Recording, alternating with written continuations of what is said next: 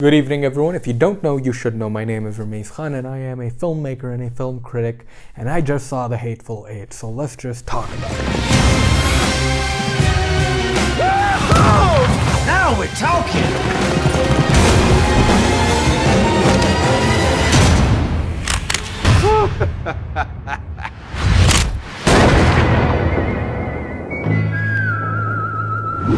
When I was watching The Hateful Eight, it should have been retitled Hateful Nine, as I am the ninth person. I did not like this movie one bit. Maybe Quentin Tarantino, just maybe, he should have stuck to his guns and not make this movie when the script leaked, as this is a below average film that thinks it's a masterpiece. This film is missing one vital ingredient that is present in all Tarantino's films: humor. But even if it did have humor, the biggest downfall of this film is its bloated runtime and uneven story structure. There's a recent film which has an almost similar slow pace called The Revenant, which I saw recently and I reviewed it. But The Revenant works because it was evenly spaced out. The action and the purposeful dialogue was evenly spaced.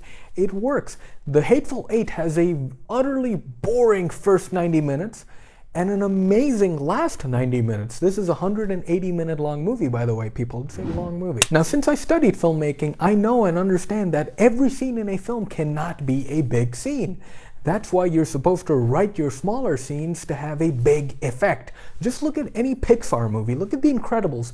There's not a single scene that feels small. Even when it's just people talking, it feels big. Quentin Tarantino is a very gifted screenwriter who takes really serious issues such as gender and slavery in Django Unchained and makes them accessible to the audience and makes them funny as well. We have none of that in The Hateful Eight, as the humor is missing, the violence is unwarranted. This is an overly violent film, and this is the first Tarantino film where I don't agree with all the violence being played out on screen. But that's just the tip of the iceberg when it comes to problems. Let's just actually talk about the story. The film starts off with two bounty hunters played by Kurt Russell and Samuel L. Jackson. Kurt Russell is playing John Ruth, and Samuel L. Jackson is playing a Major Marquis Warren. They come across Walton Goggins, who is a sheriff of Red Rock, the place they are going to. He has yet to be sworn in, though, so they offer him a ride and they all hop aboard this carriage. And it takes place post-Civil War in Wyoming. There's a massive blizzard on the horizon, so they stop at a haberdashery, Minnie's haberdashery, for a couple of days so the storm is over and then they can all go on their way to Red Rock.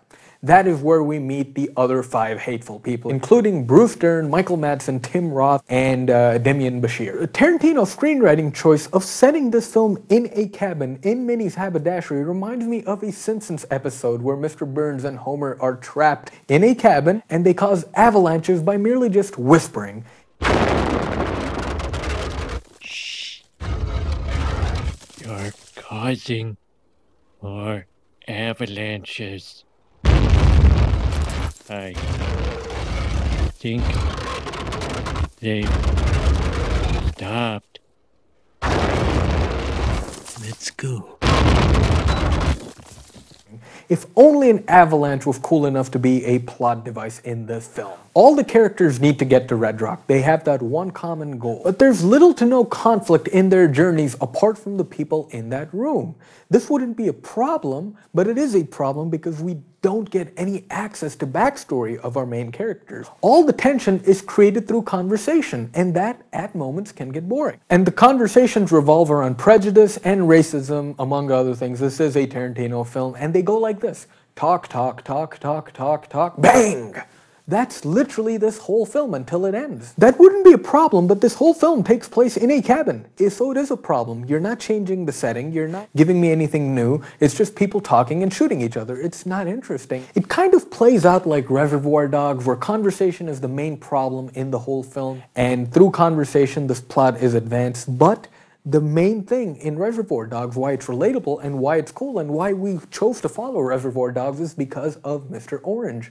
We got to know who he is. We know his backstory. We know what he wants. He's a cop who wants to stop these guys. We don't have any of that, as the main focus is of all these people to get to Red Rock. Other talking point of this film is the baffling cinematography. This film was shot on 70mm, the biggest type of film there is. That is IMAX grade film, meant to be seen on an IMAX screen, a 65-foot screen. Now you might be asking, here Rameez, that's not so baffling. Why do you think it's baffling? Well, because it's 80% of an indoor film.